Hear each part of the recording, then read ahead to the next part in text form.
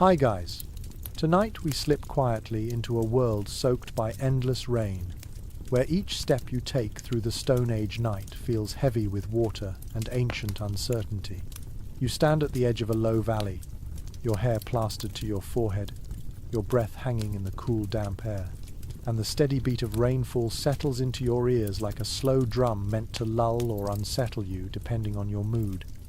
You probably will not survive this, at least not without learning how early humans did it.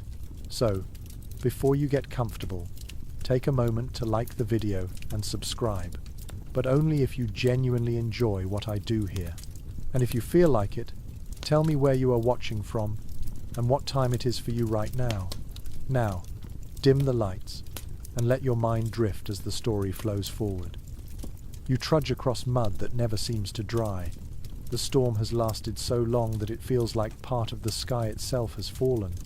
Every breath carries the smell of wet soil, crushed plants, and the faint musk of distant animals seeking shelter. Your toes curl inside hide wrappings that squish unpleasantly with each step. Your shoulders ache from carrying a bundle of gathered branches that you hope will keep a small fire alive tonight. The rain here is not a gentle mist. It is steady and insistent, the kind that makes you wonder if the world has always been like this. As you walk, your group moves silently behind you. No one wants to waste breath. Rain has a way of narrowing conversation to simple gestures. A nod toward the ridge, a hand raised to warn of slippery ground, a glance that asks whether the little ones are still awake enough to climb.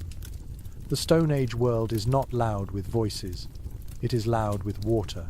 It is loud with wind slipping between stones and leaves. A mainstream historical fact settles into your awareness at this moment. Archaeologists know that early human groups often traveled in small bands of 20 to 30 individuals. That number was manageable. It meant enough hands to gather food and enough warmth to survive harsh nights, yet few enough that they could pick up and move quickly when weather demanded it. Nights like this make you understand why mobility mattered so much. A curious and quirky detail comes to mind as well. Some scholars have found evidence that certain early groups mixed powdered plant fibers with crushed insects to create a slightly water-resistant paste for their clothing. You imagine smearing that strange mixture over your hide coat right now, wondering if it would truly keep water out or simply make you smell like a mossy beetle. The idea is not entirely proven, but it adds a playful possibility to your night under the rain. As you continue searching for a place to sleep, you step carefully across a ledge where rainwater flows in thin lines that shimmer like fresh silver. Stones shift under your feet. A few tumble down a slope and land in a splash. You pause. Everyone else pauses too. In the Stone Age, even the smallest sound can feel important. A loose stone might suggest an old trail. It might hint at an animal's passing, or it could tell you that the place you want to sleep is not stable enough. Historians still argue whether these early humans preferred high ground or low ground during long rains. Some believe the higher elevation offered safety from flooding, while others point out that wind exposure on ridges made those spots too cold for restful sleep. You glance upward to the ridge now. It looks promising, but exposed. You glance down toward the more sheltered hollow. It looks warm, but possibly dangerous if water rises. These arguments suddenly feel very real. You keep moving, letting the rain tap against your shoulders with a rhythm that grows strangely soothing.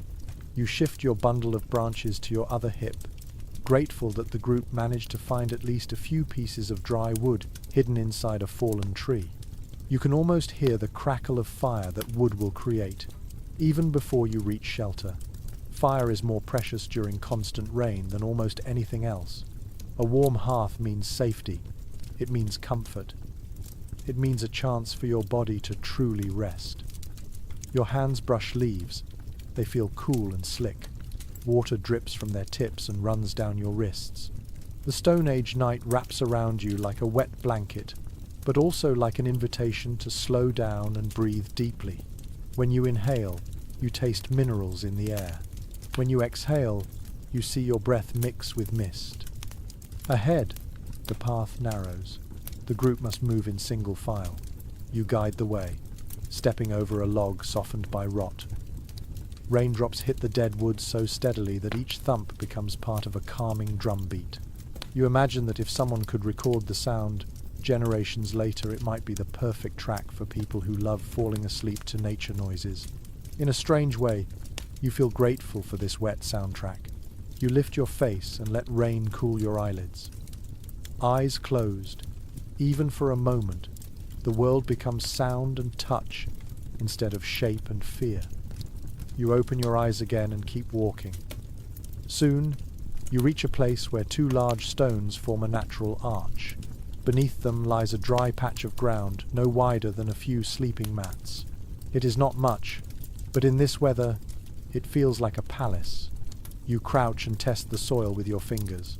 It is firm, no puddles, a rare find. You gesture behind you. The others quickly move to claim spots, setting down bundles and shaking water from their hides. You stand for a moment, catching your breath. Rain continues to fall beyond the stone arch, but here you feel only droplets blown in by shifting wind. It is quiet enough to hear the soft movements of your group settling in. Someone unrolls a bundle of leaves for bedding. Someone else places the dry wood in a protected corner. A quiet hope settles across everyone.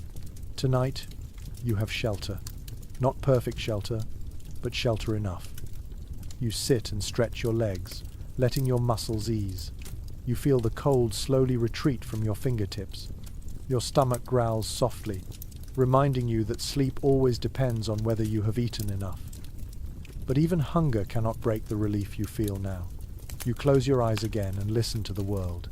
Rain on stone, wind brushing leaves, a child whispering to a sibling, a distant rumble of thunder that feels more like a sigh than a threat. Your mind drifts as you sit in the soft glow of dusk. You reflect on how nights like these shaped the way early humans learned to survive. You think about resilience, creativity, and the simple desire for a dry place to lay your head.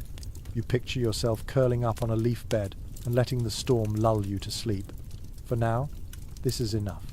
The rain continues to fall, but you have found your place inside it. You lean back slowly and let the quiet pulse of the storm fade into a warm haze around your thoughts. You step back out from the stone arch as twilight sinks deeper into the soaked forest, because despite the small shelter you just claimed, the night will demand one more survey. You want to be certain the area is safe, and you want to understand where the water is moving. The rain has not slowed. It falls in shimmering curtains that blur the outlines of trees, making every trunk look a little thicker, every shadow a little longer. Droplets cling to your lashes until each blink becomes a soft flick of cold water away from your eyes. You wander forward along a path that barely exists. The plants seem to lean across it, heavy with moisture, breathing against your shoulders as you brush by. Every step squelches. Mud squeezes up between your toes. Warm, then cold, then warm again, as new puddles swallow your feet. You become aware of a slow, earthy smell rising from the ground, the scent of decaying leaves stirred awake by the constant rain. It is strangely comforting, like the forest is exhaling after too many hours of holding its breath.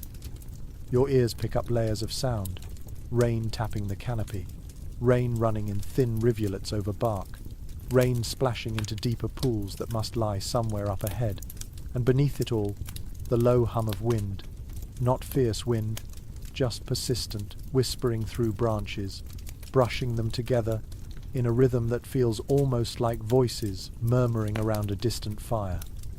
As you explore, you recall something grounded in historical fact. Many early human groups relied heavily on forested environments like this because the trees broke the wind, offered kindling, and collected edible plants in convenient clusters. Forest cover also served as natural protection from predators, since large animals had difficulty moving silently through dense growth. Tonight, as you push a branch aside, you understand the value of such cover. It feels like a gentle cloak thrown over you. A quirky tidbit crosses your mind. Some researchers believe that certain prehistoric groups used large leaves as makeshift ear covers during storms to soften the sound of rainfall and help them sleep. The idea makes you smile. You imagine tucking two broad leaves over your ears like green headphones.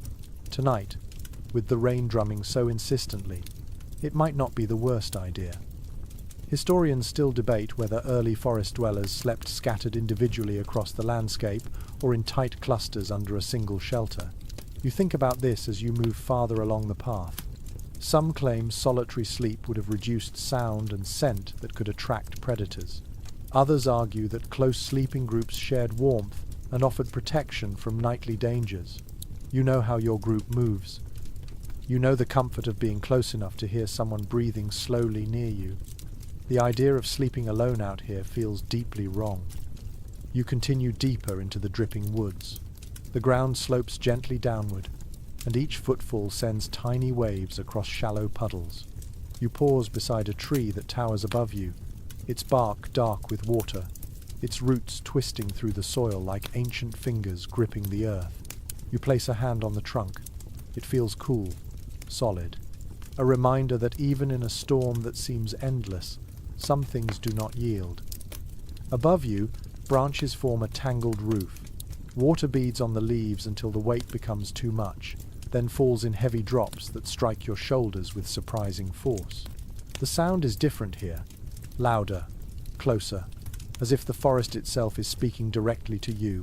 You tilt your head, listening. The rain becomes a kind of companion, firm, persistent, but never cruel. You continue forward, and soon the path opens into a small clearing where tall ferns bend under the weight of water.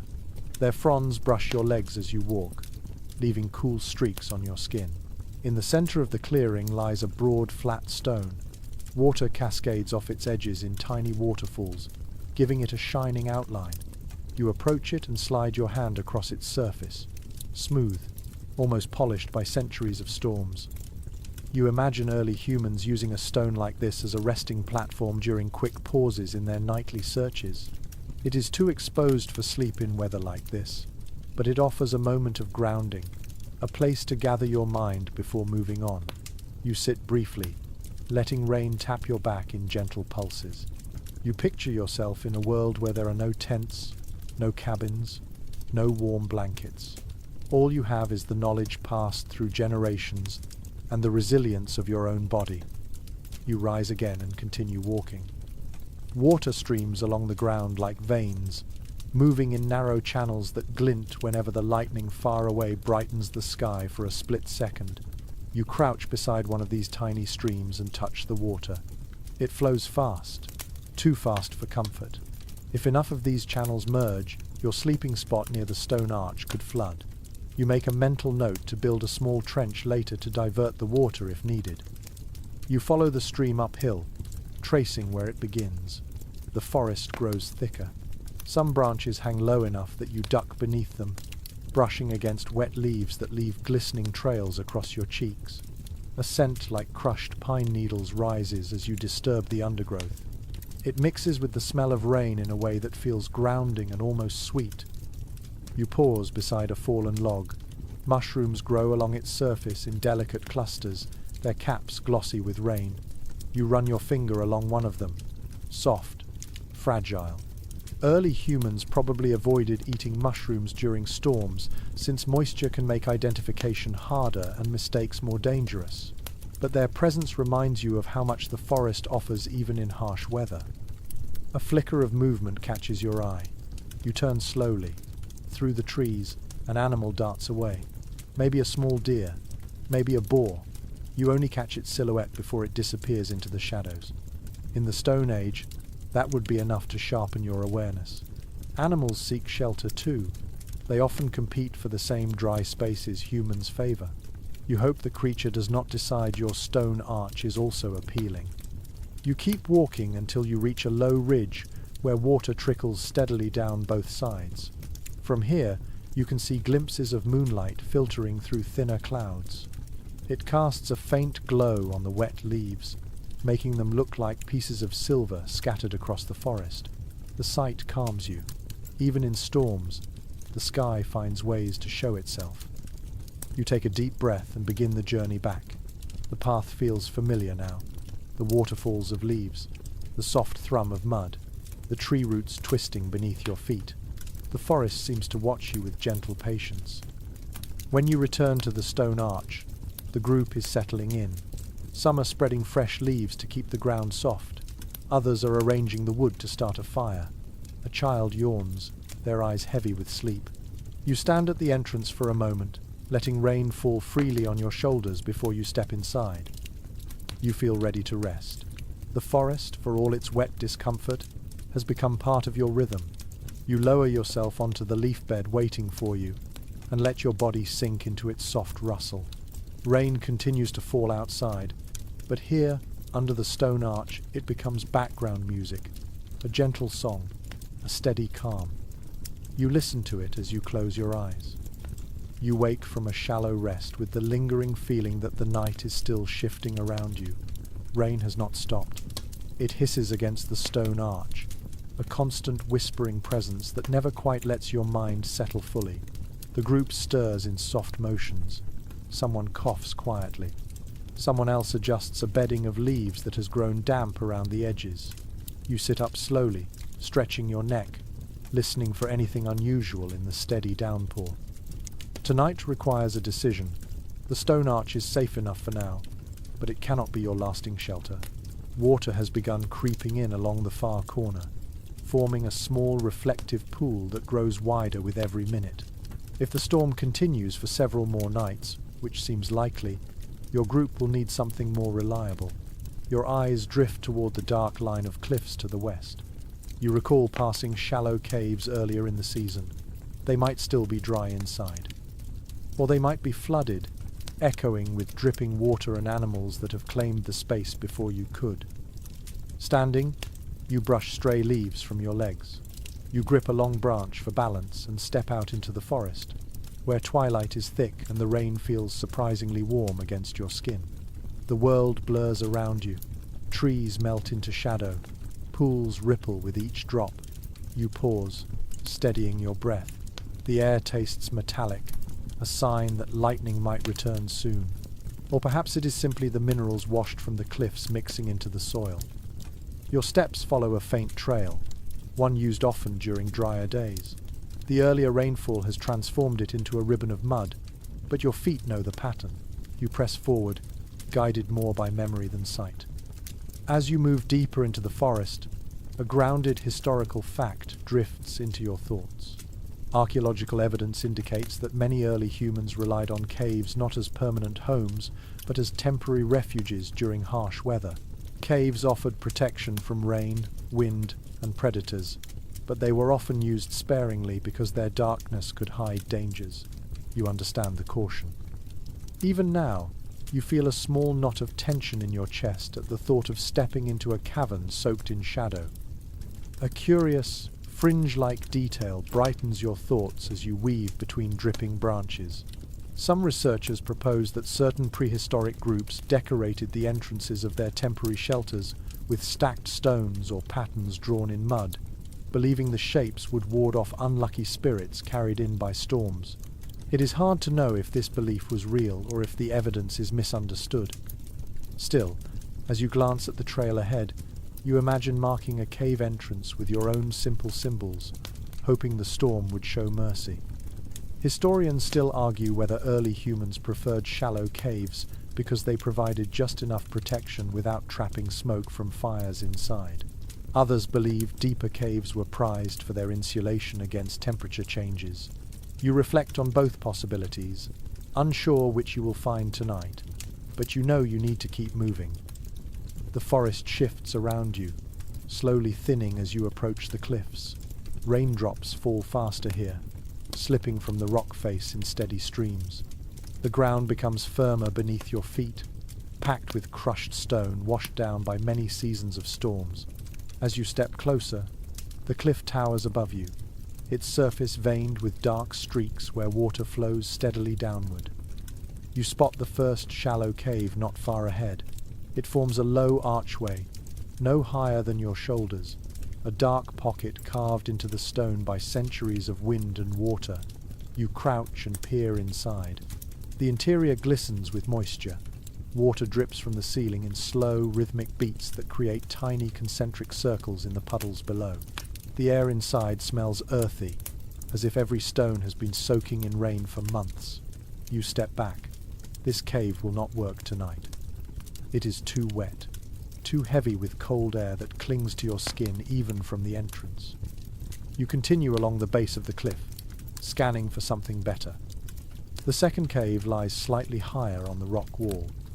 Reaching it requires climbing over a jumble of jagged stones that shine with reflective wet surfaces. You proceed carefully, gripping the rock as water runs over your fingers. When you reach the opening, you test the air with a slow inhale. Warmer, drier, more promising. You step inside. The first thing you notice is the scent. It is a mix of damp soil and something faintly woody, perhaps old roots trapped beneath layers of earth. The second thing you notice is the quiet. The rainfall fades to a soft murmur beyond the entrance, allowing your breathing to grow slower and more peaceful. You crouch and touch the ground. The soil here is cool but dry. Your shoulders relax with relief. At last, a place that might cradle you away from the relentless downpour. You wander deeper, careful not to step into unseen dips. Your eyes adjust to the darkness, revealing the low curve of the cave ceiling and stone walls streaked with faint mineral patterns. It feels like stepping into the inside of a shell, a cocoon shaped by the earth itself. But you must be cautious. Caves sometimes hold other inhabitants. You listen closely. Silence. No hissing breath of a serpent. No scuttling of insects. No stirring of a larger creature. Only the soft pulse of dripping water somewhere far deeper, a faint rhythm that almost resembles a heartbeat. You exhale slowly. You return to the entrance and walk back out into the rain. You take a moment to memorize the cliff features around the opening. A long vertical crack to the right, a fallen tree at the base of the slope, and a spray of fern, like plants that hold water like bowls. These markers will help you guide the group back here even in the dim stormlight. You start the journey back. The rain has grown colder now. It strikes your skin with sharper taps. You feel it bouncing from your brows and running down your spine. The forest seems darker, as if every drop adds another layer of shadow. But you know where you are going, and that certainty keeps your feet steady. Your mind drifts as you walk. You imagine how the group will react when you show them the dry cave. You think about how you will carry the fire inside, guarding the embers beneath a shield of bark. You picture arranging fresh leaves for bedding, using thicker branches to build a barrier at the entrance in case animals pass through the forest during the night. Lightning flickers far off. For a moment, the forest brightens with a pale glow. You see silhouettes of trees swaying in the storm, their branches heavy with rain. The light fades quickly, leaving only the sound of water again. You cross the clearing with the polished stone, stepping carefully around the puddles that reflect faint streaks of sky. The smell of wet earth rises once more, grounding you. You move through the familiar tunnels of foliage until the stone arch shelter comes into view. Inside, the group looks up as you approach. Their eyes hold expectation and fatigue. You step under the arch and crouch beside them, lowering your voice to a calm whisper. You explain what you found. A dry cave, a safe place where the group can rest more peacefully while the storm continues. Their shoulders ease. Someone exhales loudly in relief. A child lifts their head, already imagining the journey. There is no need to wait. You gather your belongings, bundling the remaining dry wood in layers of hide. You help a few others wrap their leaf bedding into manageable rolls. You take the smallest child onto your back, their arms draped sleepily around your neck. Then you lead the way. The forest feels different now that you are guiding your people through it. Every step becomes more deliberate. Every sound carries more meaning. Rain cascades in silver streaks from the canopy above. Leaves brush your arms and legs as you move. Mud clings to your feet but gives way with each step. The cold becomes sharper as the night deepens. You reach the clearing, then the ridge, then the fallen log, where mushrooms glisten like tiny lanterns in the dark. The group follows in a single file, each person trusting your path. You guide them up the rocks one by one, helping hands finding firm holds on the slippery stones. When the entrance to the cave appears, dim and welcoming, you see relief spread across every tired face. You gesture them inside. They step into the dry space, laying down bedding, placing wood near the wall, shaking out their damp hides. A soft murmur fills the cave, the sound of people settling into a place where sleep might finally come easier. You sit near the entrance, feeling the warmth of bodies behind you and the cool mist drifting in from the rain. You let your breath deepen. The storm continues outside, but here in the cave, the world feels steady. You listen to the rain fade into a distant hush and let your eyes drift half closed. The night begins to soften around you. You step out of the cave at first light, though the sky barely changes color beneath the curtain of rain. Dawn arrives as nothing more than a paler shade of grey. Your breath curls in front of you, mixing with mist that clings to every shape in the forest. The group still sleeps behind you, scattered across leaf beds that make soft rustling sounds whenever someone shifts in their dreams. You move quietly so you do not wake them. Today you need to build something more reliable than a cave entrance. You need a shelter that can handle rain, crawling sideways, dripping endlessly, sneaking into every weakness. The forest greets you with the smell of soaked wood and crushed greenery. Every branch droops as if exhausted by the weight of water. You run a hand along a nearby sapling. It bends easily beneath your touch, elastic and strong, perfect for building. The memory of how your elders shaped simple shelters returns with vivid clarity. They would gather flexible branches, bend them into arches, and layer them with hides or large leaves until the structure trapped warmth inside. You picture that shape in your mind now, a low dome, sturdy enough to resist wind, simple enough to build quickly. You step deeper into the trees, searching for materials. Your fingers glide over smooth bark, coarse moss, and wet vines that cling to your palms. The storm has brought down several branches. Some are too soaked to be useful, but others still hold firm cores. You test each one, bending it slightly, feeling its strength. The forest seems eager to give what you need. You collect the best pieces and stack them into a bundle. As you work, a widely accepted archaeological insight flickers into your thoughts. Excavations from certain prehistoric sites reveal circular stains in the soil where wooden frames of temporary shelters once stood. These marks suggest that early humans frequently built low, rounded dwellings during seasons of relentless rain. The shape reduced wind pressure and allowed rain to slide off easily. You sense the wisdom in that design now. A curved roof is not a luxury, it is a necessity. You pause, noticing a thin stream flowing along the forest floor. The sound is calming, steady, like a natural guide leading you somewhere. You follow it until you reach a cluster of broad-leaf plants growing near a fallen tree. Their leaves are wide as your torso, with surfaces that repel water in shimmering beads. You grin quietly. This is good luck. These leaves will help shield the shelter from the worst of the downpour. You begin cutting them at their stems using a sharpened flint. The edges release a faint, herbal scent that rises into the damp air.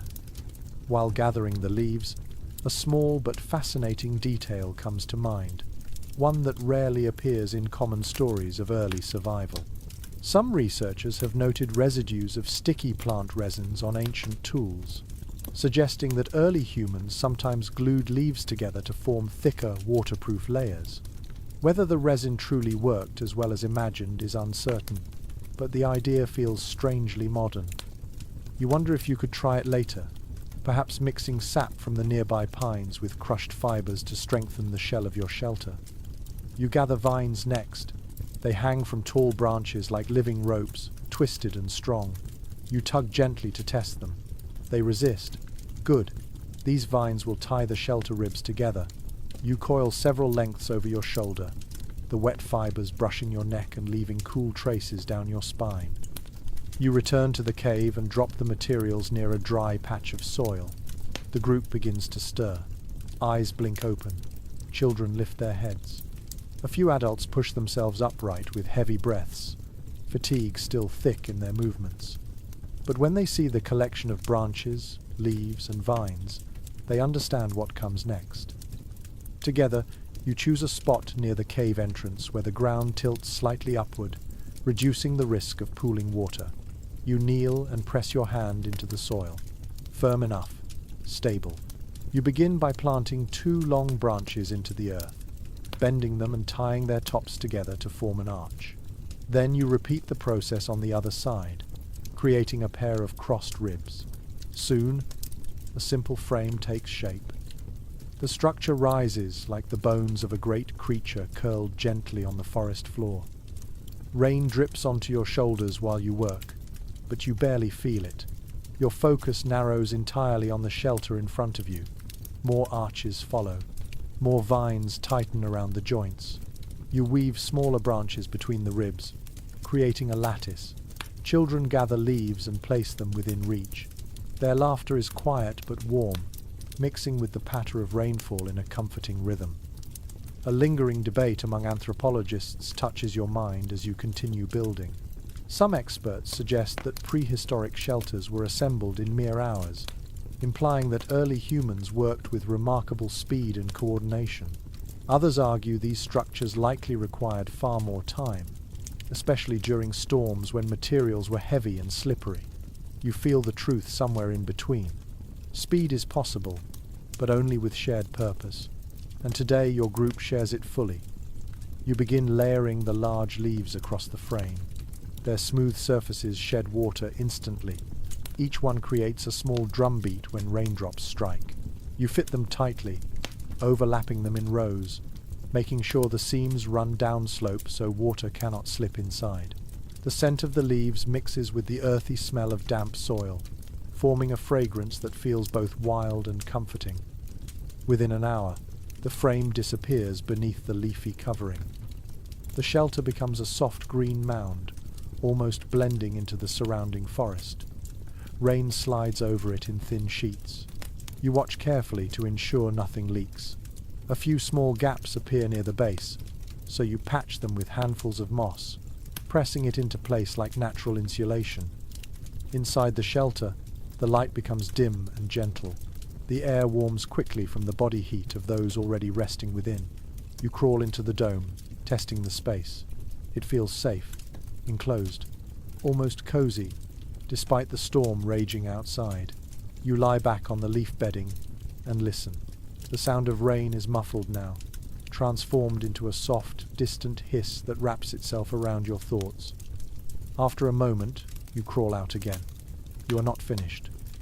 You gather more stones from the forest, choosing flat ones that were shaped by centuries of water.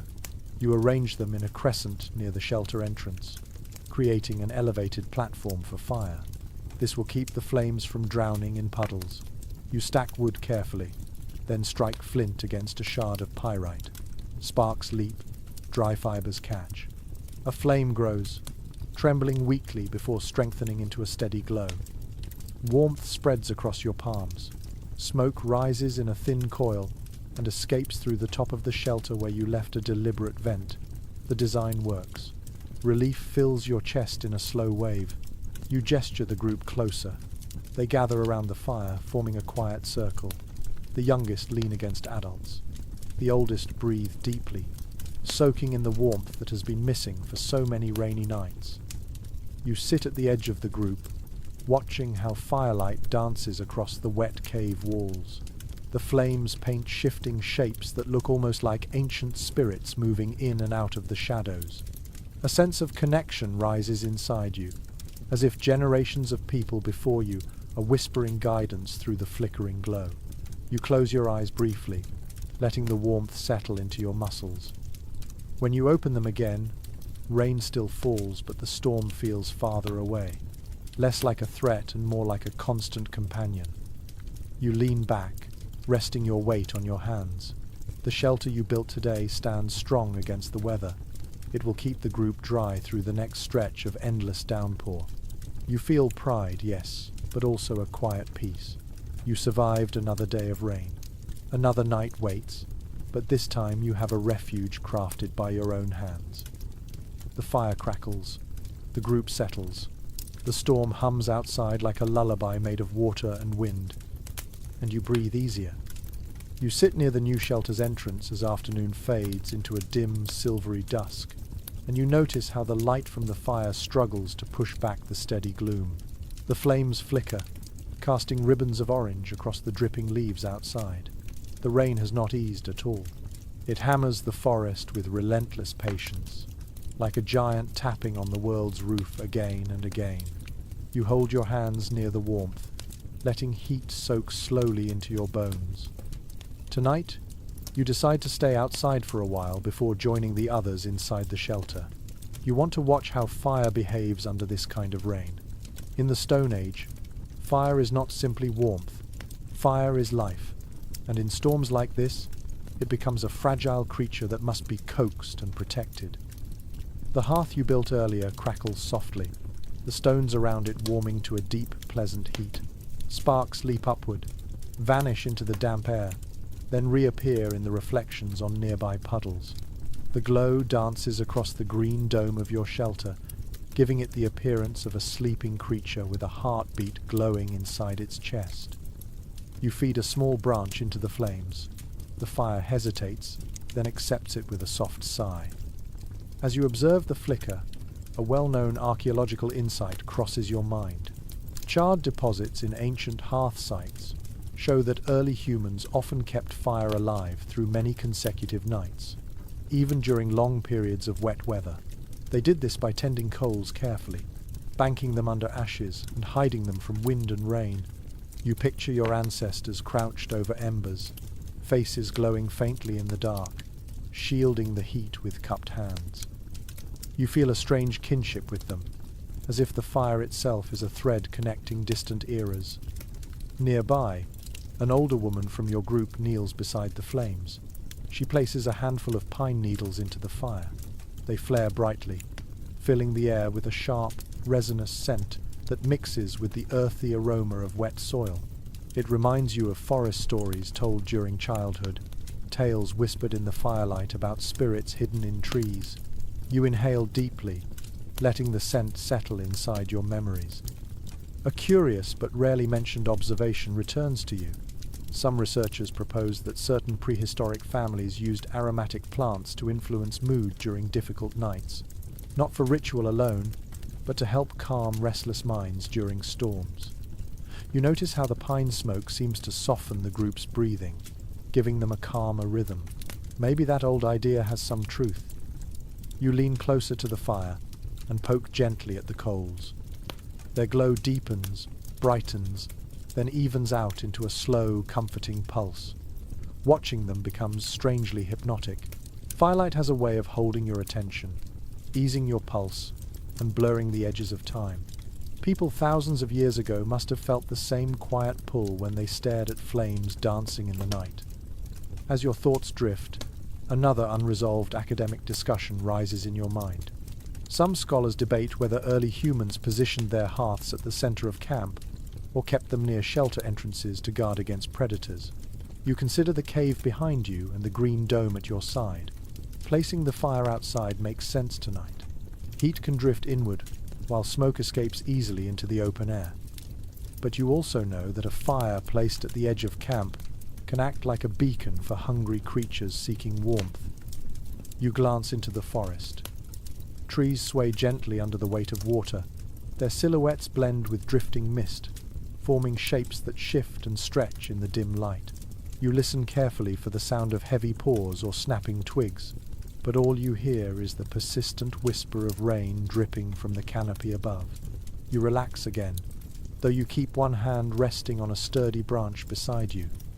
The flames crackle with renewed life, and you become aware once more of how precious fire truly is. It dries clothing, warms chilled limbs, cooks food, and keeps darkness from pressing too close.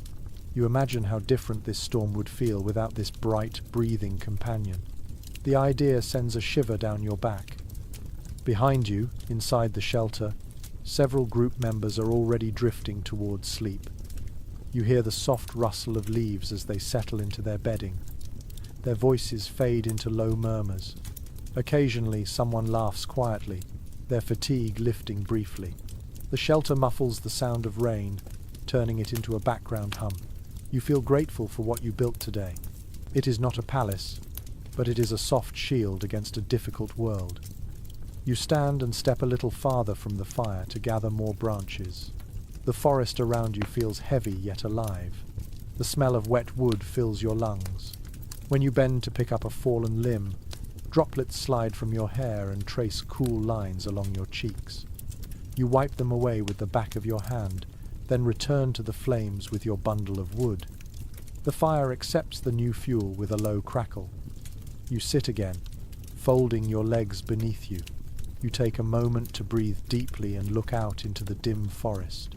Rain creates tiny ripples on the surface of the mud. Each drop seems to shimmer for a heartbeat before vanishing. Far above, branches shift in a slow dance. Wind moves them back and forth in a rhythm that feels strangely soothing, like waves rolling across a vast ocean. You reach out and hold your hands over the fire once more, palms open, fingertips tingling. Warmth seeps into your skin. The sound of crackling wood escapes the hearth in small pops that roll gently into the night air. The group behind you grows quieter by the minute. Soon, only soft breaths drift from the shelter. Your mind drifts to the animals that might be moving through the forest right now. The constant rain drives them from their usual shelters. Some might seek caves. Some might curl beneath massive roots. Some might simply wander until exhaustion forces them to stop. You imagine a large cat stalking silently through the wet ferns, searching for a hidden nook to rest. You picture a family of small deer huddling beneath a fallen tree. All creatures must find rest, even in storms that refuse to break. You pick up a long stick and place it across the fire. The bark smoulders slowly. Embers bleed into the dark edges of the wood. You watch intently, making sure the fire remains healthy but not too strong. Flames that burn too aggressively can eat through precious fuel too quickly. Flames too weak can fade into smoke and die. This delicate balance reminds you of the care needed to survive the Stone Age. Nothing is guaranteed. Not warmth, not dryness, not even the ability to fall asleep easily. You must create those moments through skill, patience, and constant attention. A soft rustle behind you signals someone slipping out of the shelter. A young woman kneels beside the fire and warms her hands.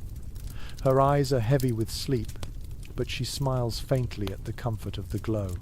She murmurs something about the rain sounding softer from inside. You nod. The shelter does its job well.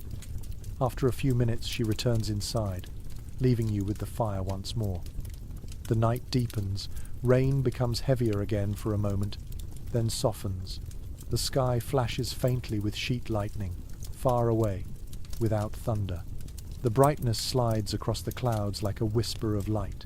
It reflects on wet leaves, turning the forest into a mosaic of pale silver and dark shadow. You breathe slowly, allowing your heartbeat to follow the ebb and flow of the fire. Soon, you will join the others inside. But for now, sitting in front of the flames feels like a small ritual, a moment of gratitude, a quiet pause in the long stretches of survival. You reach into the fire pit and move a glowing coal to the edge. You cover it gently with a layer of ash so it will stay warm through the night. Tomorrow, it will help spark the next fire with less effort, a trick learned from generations long before you. You stand at last, stretching your back. The fire will burn low on its own. The coals will hold their breath until dawn. You step toward the shelter entrance, shake rain from your hair, and crawl inside. Warmth greets you immediately. Soft breathing surrounds you. Leaf bedding rustles under your weight. Outside, the storm continues to fall with endless patience, but here in the shelter, it finally feels distant. You close your eyes. The last sounds you hear are the crackle of dying embers and the steady rhythm of water slipping from leaf to leaf above your head. You wake again before the others, though the world has not brightened much. The rain still pours with the same unwavering rhythm, thick enough to soften every outline and blur the forest into a watercolor of greens and greys.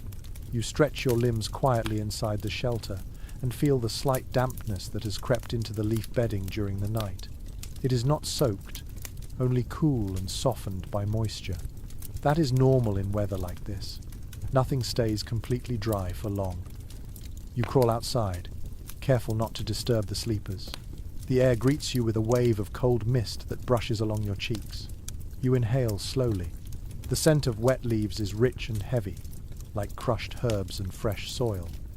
It wraps around your senses until you feel as if you are breathing the forest itself. Your feet sink slightly into the soft ground as you walk. You wander toward the cluster of trees where the forest floor is thickest with fallen leaves. They form a rustling carpet beneath the rain, their edges curled, softened, and darkened by moisture. You crouch and lift a handful. They cling lightly to your fingers, flexible and smooth, perfect for bedding. Early humans learned quickly that layering leaves created a cushion that kept their bodies off cold, waterlogged soil. When piled deeply, leaves trap pockets of warm air, forming one of the simplest but most effective sleeping surfaces nature can offer. A widely recognized archaeological observation echoes in your thoughts as you sift through the leaf litter. Many prehistoric living sites show compacted layers of leaves and grasses in sleeping areas, flattened into soft mats by long nights of use. Some layers even contain traces of crushed aromatic plants that may have helped repel insects. You imagine how comforting that must have been. A natural mattress infused with subtle perfume. You smile slightly at the thought and gather a fresh bundle. The leaves make soft, crackling sounds against each other, but their texture is gentle. You press the pile against your chest, enjoying the earthy fragrance that rises from it. The rain dampens the top layer, but the leaves beneath remain surprisingly dry. As you collect more, you remember a lesser-known detail from old stories shared by experienced gatherers. Some groups intentionally mixed fir needles or certain stiff grasses into their bedding to create springy layers that kept moisture from seeping upward during long storms. You test a few fir branches nearby. Their needles are sharp but flexible, and when woven into the leaf pile, they create tiny air gaps that help the bedding breathe. You incorporate some now, pleased with the improvement. With your arms full, you return to the shelter. Inside, the group slowly awakens. Some stretch their arms overhead, others rub sleep from their eyes. A few children mumble sleepily and roll onto their sides. You gesture for them to move aside as you shake out the old bedding and spread the new bundle across the floor. The soft leaves create a thicker cushion, and their subtle fragrance replaces the mustiness of yesterday's damp decay. A young boy lies down immediately to test the new bedding. He curls in the center, sighs deeply, and begins to smile. You cannot help but laugh quietly. Leaf beds may be simple, but in the Stone Age, they are one of the greatest comforts available. As the group tends to other morning tasks, you step outside once more, letting rain wash lightly across your shoulders. You walk toward a nearby tree whose bark is coarse and patterned with grooves. Water streams down its trunk, gathering in the natural channels carved by time. You place your hand on the bark and feel the slight vibration of raindrops hitting the canopy above. It is almost like the tree is humming. You lean close and listen. The forest is alive with sound, rain pattering in countless rhythms, leaves shaking under the weight of water. Somewhere far off, a bird calls in a long, mournful note. Closer by, a branch snaps under the movement of a small animal searching for shelter. The soundscape is both chaotic and soothing, layered with textures that shift each moment. As you stand there, another unresolved scholarly conversation surfaces in your thoughts. Some researchers suggest that the rhythmic noise of rain may have influenced sleep patterns of prehistoric groups. The constant sound could either help people fall asleep more easily or keep them half alert throughout the night, depending on individual temperament. Listening now, you understand why this question remains open. Rain can lull you into a dreamy state or prick your instincts awake with each sudden crack from the canopy. You move deeper into the forest where the trees grow taller and the forest floor thickens with organic layers. Here, the ground feels springy, like a natural cushion shaped by centuries of fallen leaves. You kneel and push your fingers through the layers. They part gently, revealing dry pockets beneath the topmost damp leaves. This discovery makes you pause. Perhaps you can gather not only surface leaves, but also the deeper, drier ones to strengthen tonight's bedding. You dig carefully, your hands moving through warm, decomposing layers that smell like rich humus. These hidden leaves feel different from the wet ones above, softer, more pliable, almost velvety. You collect another bundle, shaking loose bits of soil as you rise. On your way back, you notice something unusual in the undergrowth. A cluster of plants with long serrated leaves grows near a fallen tree. Their stems are thick and fibrous. When you brush your fingers across one leaf, it gives off a faint, spicy scent. You remember hearing tales from elders that certain plants like this were woven into bedding because they helped warm the body naturally. Whether this was truly effective or simply folklore is uncertain, but you decide to gather a few stems anyway. If nothing else, the scent is pleasant and might make the shelter smell less like constant rain. The shelter fills gradually with fresh materials. Some members of the group help fluff the leaves into thick, inviting piles. Others sit beside the fire pit, warming their hands as the flames rise steadily. You add a few fragrant stems together with the leaves and watch as the bedding transforms into something more vibrant. The soft green hues mix with earthy browns and deep forest yellows. You settle onto the bedding to test it. The leaves shift softly beneath your weight, molding to your hips and shoulders. The fir needles woven through the pile add just enough spring to keep you from sinking into the cold ground. You close your eyes for a moment and breathe in the warm, herbal fragrance that lifts from the fresh layer. A sense of peace drifts into your chest, but you cannot stay still for long. You rise again and step outside, letting the rain cool your skin. You walk around the shelter, examining its leafy roof. Water slides down smoothly without gathering into heavy pools. The vines holding the structure together remain taut and strong. You tighten one or two, just to be safe, then kneel to press more moss around the lower edges where water occasionally sneaks inward.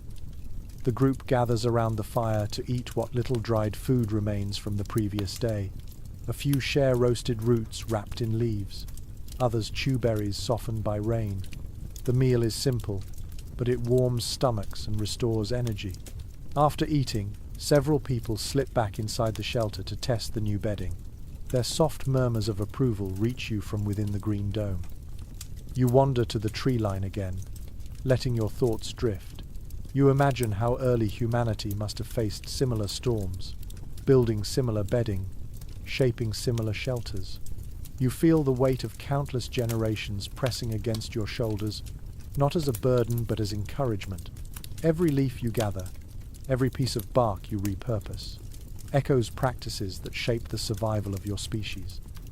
The rain shifts suddenly, falling harder for a brief stretch before easing again into a steady rhythm.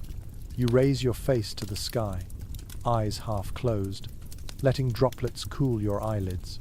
Beyond the grey clouds, you imagine sunlight waiting patiently for its chance to return. But that day is still far off. When you return to the shelter, the bedding invites you like a soft embrace. You lie down beside others, feeling warmth spread through your limbs. The scent of pine and fresh leaves fills your senses. Rain taps gently above your head. You curl onto your side, listening to the rhythmic breaths of the group, and feel sleep pulling you closer. In this moment, the leaf bed becomes more than a place to rest. It becomes your island in a world soaked with rain, your soft barrier against the cold earth, your sanctuary built from the forest's quiet generosity. You breathe in deeply, and the storm becomes a distant lullaby. You drift in and out of a shallow rest, lulled by the steady tapping of rain against the roof of leaves. The sound becomes a gentle rhythm, neither loud nor soft, just persistent enough to wrap itself around your thoughts. When you open your eyes again, the shelter is dim but warm. A few embers still glow near the entrance, pulsing like tiny hearts waiting for someone to feed them. You stretch your limbs, roll your shoulders, and decide to step outside for a moment before the others wake. The moment you crawl out of the shelter, the rain greets you with cool drops that slide down your cheeks. You blink slowly, letting your eyes adjust to the muted morning light. Everything around you glistens. Leaves shine with fresh water. Tree trunks drip in slow, steady lines. The ground glitters with puddles that reflect slivers of grey sky. It feels as if the world has been dipped in liquid silver. You take a few steps forward, enjoying the soft squish of the earth beneath your feet. The air has a rich scent, like wet bark and crushed herbs blending together. You close your eyes and listen again. The rain is changing its music today. Instead of the harsh pounding from earlier nights, it falls in varied rhythms that shift depending on where it lands. Thick drops thud heavily on broad leaves. Fine mist hisses through the thinner branches. Tiny splashes dance across puddles. A memory rises unbidden. Elders often spoke of how rain could guide the mind into sleep if you listened long enough. They said each storm had its own melody, and that those melodies helped early humans predict shifts in weather. Whether that is perfectly accurate is uncertain, but as you listen now, you sense patterns hidden inside the clamour. The forest is full of quiet codes. Rain patters gently above your head, and you step under a large tree to watch how water slips from leaf to leaf. It reminds you of fingers running across a drum. Maybe this is why your ancestors found comfort in rain songs and rhythmic chants. Nature provided the first lullabies. As you stand there, a well-known archaeological hypothesis crosses your mind. Remnants of ancient camps suggest that certain groups arranged their shelters so the sound of water falling from nearby trees created a calming echo that encouraged sleep. The pattern of drops hitting natural surfaces may have acted like a primitive soundscape, guiding minds toward rest even during harsh nights. You listen now, trying to hear what they may have heard. There is a kind of peace inside the noise, a soft pulse beneath the chaos. You breathe slowly, letting your body relax. Then, a small rustle catches your attention. You turn your head slightly and see a bird perched on a low branch. Its soaked feathers cling to its body, making it look smaller than usual. It shakes its wings, sending droplets into the air, then hops closer to you. The sight surprises you. Animals often hide during heavy storms, yet this little creature seems determined to stay awake with you. You watch each other for a quiet moment before it darts away, vanishing into the thick undergrowth. You walk back toward the shelter, but instead of re-entering, you sit on a flat stone just a few steps away. The surface is cold and slick, but it feels grounding. You rest your elbows on your knees and close your eyes. Rain becomes your companion, your background music, your reminder that survival in the Stone Age is never silent, it is full of sound. While sitting there, another interesting detail from prehistoric studies drifts into your thoughts. Some researchers believe that the soft, repetitive noise of rain helped early humans fall into segmented sleep patterns rather than long, continuous rest. People might wake several times throughout the night but return to sleep easily because the environment never changed. The rain remained steady, predictable, almost like a blanket for the mind. You think about this as you sit with your eyes closed. You feel that susceptibility yourself. The rhythmic tapping pulls you inward. It makes you heavy. Your body wants to sink, to drift, to surrender. But you open your eyes again, knowing you should stay awake a bit longer. The forest seems to breathe with you. Every branch sways slightly under the weight of water. Every leaf trembles. Mist curls around your ankles, making your steps feel dreamlike. You watch how drops gather at the tips of branches, growing heavier with each second, until finally falling in a tiny burst of silver. Each one lands with its own sound, delicate and precise. You stand and walk a slow circle around the shelter to inspect the leafy roof. The water slides smoothly down its surface, exactly as you intended. The vines remain tight, and the moss is holding strong near the edges. A few small leaks need patching, so you adjust them with extra handfuls of damp leaves. The roof thumps with each drop, creating a deep, soothing percussion.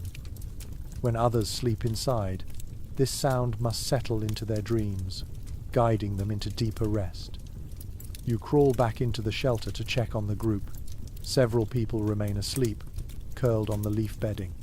A child sucks in gentle breaths while holding a smooth stone like a talisman. Someone nearby snores softly, a tender, rhythmic rasp that blends into the sound of rain overhead. The bedding looks comfortable, warm in the center, and only a little damp at the edges. You lie down for a moment. The leaves cradle your body. The scent of pine needles and crushed herbs drifts upward. Rain becomes a soft hum above you, muffled by the thick green roof. You can feel the vibrations of droplets running down the exterior surface. It is like sleeping beneath a drum that never stops playing. Your mind wanders. You imagine early humans listening to storms exactly like this. Perhaps the sound protected their minds from wandering thoughts. Perhaps it lulled them into half-dreaming states where they could rest but still sense danger. You remember discussions among researchers who continue to question how rain influenced emotional well-being in ancient people. Some suggest constant storms cause stress and anxiety. Others argue the opposite, believing that steady rainfall offered a sense of security by masking frightening noises at night. Sitting here, you feel both possibilities, comfort and tension, layered together like leaf bedding. You rise again, unable to stay still. You slip outside once more and walk toward a narrow path between two old trees. Rain hits their trunks and flows down in thin rivulets that shimmer like liquid beads. You run a finger along the bark, feeling the grooves filled with cool runoff. That sensation grounds you in a way that words cannot explain. The forest is not just a place, it is a presence. Farther along the path, you discover a shallow depression in the ground, where water gathers into a tiny pool. Floating on its surface are a few curled leaves, drifting in slow circles. The sight calms you. Everything moves at its own pace. Everything finds its rhythm. You crouch there for a long while, simply watching the small whirlpools the rain creates. You feel drowsiness tug at the edges of your awareness. The rain sounds like 1,000 soft taps, like fingers on distant drums. It becomes your heartbeat, your breath, your quiet companion. Eventually, you stand and return to the shelter. You slip inside once again and curl onto the leaf bedding. The group sleeps peacefully. The rain continues to whisper above you. You let your eyes close. In this shelter, beneath this steady rain, you drift into a dream that feels ancient. You wake to the warm press of bodies beside you, a subtle reminder of how close everyone has slept through the night. The shelter is dim, lit only by the faint daylight filtering through seams between the leaves. Raindrops continue their soft tapping above your head, but the rhythm feels different this morning, quieter, gentler, like the storm is catching its breath. You roll onto your back and listen to the rise and fall of breathing around you. There is comfort in this closeness, in the shared warmth that lingers even after the fire has faded to pale ash. You sit up slowly so you do not disturb anyone and crawl toward the entrance. Outside, the air feels heavier, saturated with mist that clings to your skin and hair. You inhale deeply. The scent of wet greenery floods your senses. Everything smells alive, vibrant, renewed by the endless rain. The ground outside the shelter squishes under your weight. Thin layers of mud coat your feet as you step carefully, scanning the forest around you. Mist curls between the tree trunks like drifting spirits, softening every edge and shrinking the world to a small, intimate radius. You can barely see 10 steps ahead. It is as if the forest has drawn a curtain to protect you. Behind you, the first sleepy murmurs rise from inside the shelter. A few members of the group begin to stretch, their silhouettes moving in gentle shapes beneath the leafy roof. Soon they crawl out one by one, rubbing their eyes, combing fingers through tangled hair, shaking dew from their shoulders. The air around you warms slightly as more bodies gather. You watch them for a moment and feel a quiet affection. In weather like this, closeness becomes more than convenience. It becomes the core of survival. A well-regarded insight from studies of prehistoric life comes to mind as you observe the group settling into their dawn routines. Many remains of ancient camps show sleeping areas arranged in clusters, suggesting that early humans rested shoulder to shoulder to maintain body heat. This arrangement would have been especially valuable during long storms when firewood was scarce and everything remained damp. The warmth of the group itself became a shared resource. You feel that truth now, as you step closer to your companions. Even after waking, their bodies radiate a gentle heat that lingers in the cool air. As everyone stretches, yawns, and adjusts their hide coverings, a young girl huddles close to her mother. The mother wraps an arm around her shoulders. You smile softly. That simple gesture brings a sense of safety into the damp morning. A seldom discussed detail passes through your mind as you watch them. Some researchers believe that larger groups might have developed simple rhythms or hums to soothe children during harsh weather. Low vibrations could help calm nerves, allowing everyone to sleep more easily. Whether this is fully accurate or not, the idea feels right. You can picture someone humming to ease a child's fear when thunder shook the ground. You look around at your own group. No one is humming this morning, but the closeness itself works like a lullaby. People lean on each other, share small smiles, and speak with soft voices. The storm outside may feel endless, but inside the community, there is warmth. As the group wakes fully, you begin preparing for the day. You gather a few dry sticks from near the cave entrance, surprised to find that some remained protected beneath an overhang. You bring them to the fire pit and gently nudge the buried embers. A faint glow flickers beneath the ash. You add thin twigs on top and blow softly. The embers respond, breathing life into the wood. Flames rise slowly, their warmth creeping outward in widening circles. People gather around the small fire, hands extended toward the glow. Their faces soften as heat touches their skin.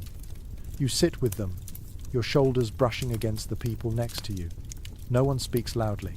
Voices remain hushed, blending with the pattering rain.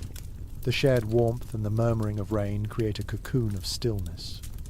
As you warm yourself, a long-standing discussion among researchers unfolds in your mind. Some anthropologists propose that communal sleeping not only conserved heat, but also strengthened emotional bonds. The constant presence of others during difficult nights could build trust, helping groups function more smoothly during times of stress. You think about the people around you, how each has relied on the others for comfort, food, or watchfulness. Closeness is not merely physical. It forms the foundation for every decision you make as a community. Rain begins to fall harder again, like the sky has regained its energy. Droplets hit the shelter roof in sharp thumps. The group instinctively leans closer to the fire. The leaves above flex under the impact but hold firm, shedding water as you intended. You sit there watching the roof tremble gently as each drop hits and rolls away. The sound blends into a deep, resonant hum, like the forest itself is breathing. You decide to check on the surrounding area before the rain intensifies further. You rise, pat the shoulder of the person beside you, and step outside the ring of warmth. Cool air replaces the fire's heat immediately, sending a slight shiver through your arms. You walk toward the edge of the clearing and test the ground with your foot. Water has gathered in shallow hollows, forming clear pools where tiny insects skim the surface in delicate patterns. You watch them for a moment, fascinated by how they move so effortlessly across the trembling water. The trees shuffle under the wind, their branches dripping freely. You reach out and touch a low-hanging limb. Droplets slide across your fingers. The rain seems to echo from every direction, bouncing off leaves, bark, and stone. You tilt your head and listen more closely. The sound of rain on the shelter roof is different from the sound here at the forest's edge. There, it was deep and muffled.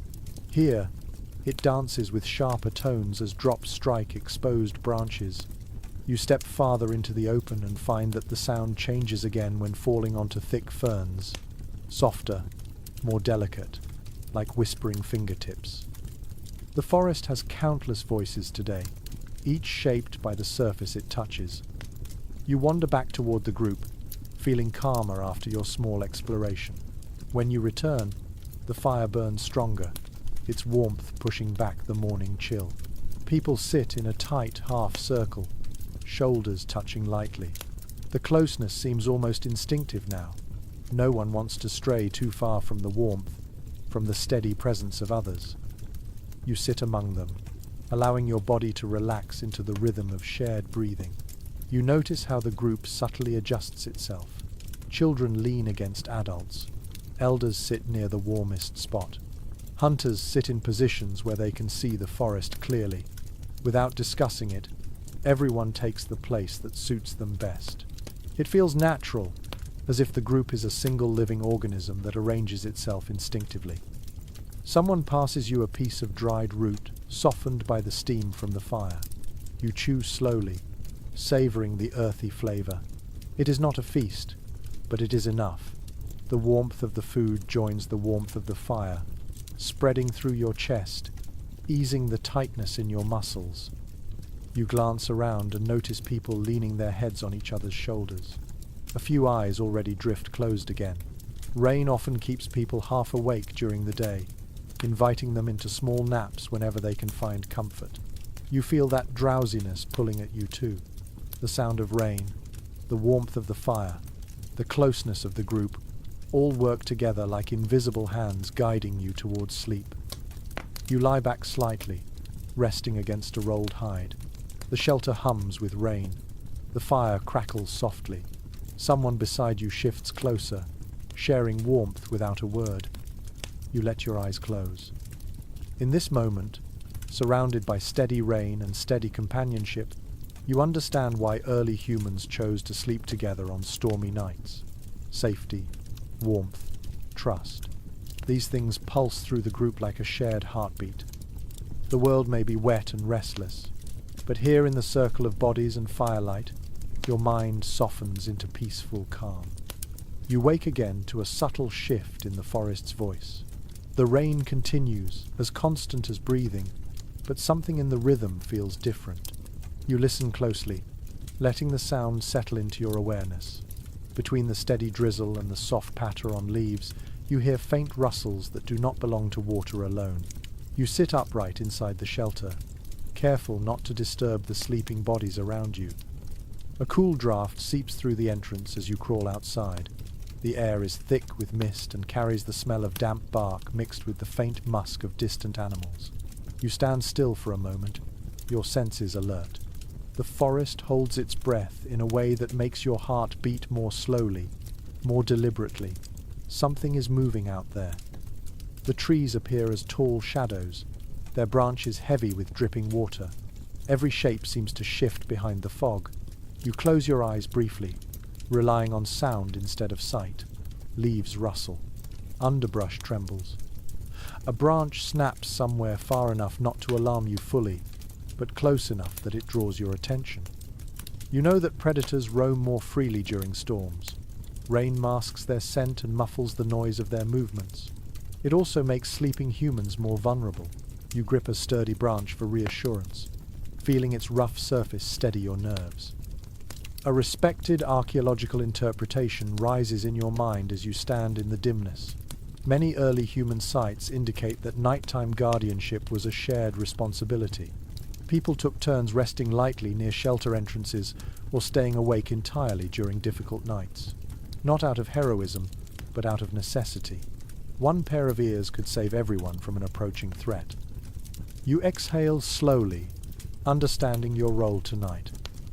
You move a few steps away from the shelter, careful not to splash loudly in puddles.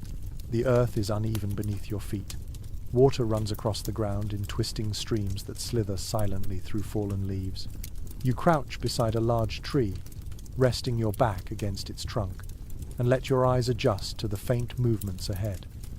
Then you hear it, a low, distant growl carried on the wet air. Not aggressive, just part of an animal's natural call. It echoes softly through the foliage, vibrating the space around you. Goosebumps rise along your arms. You grip your branch tighter. You peer into the mist. A shape moves slowly between the trees. Large, dark and steady.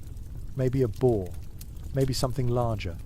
Whatever it is searching for dry ground just like you and your group. You remain absolutely still, watching through the shifting curtains of rain.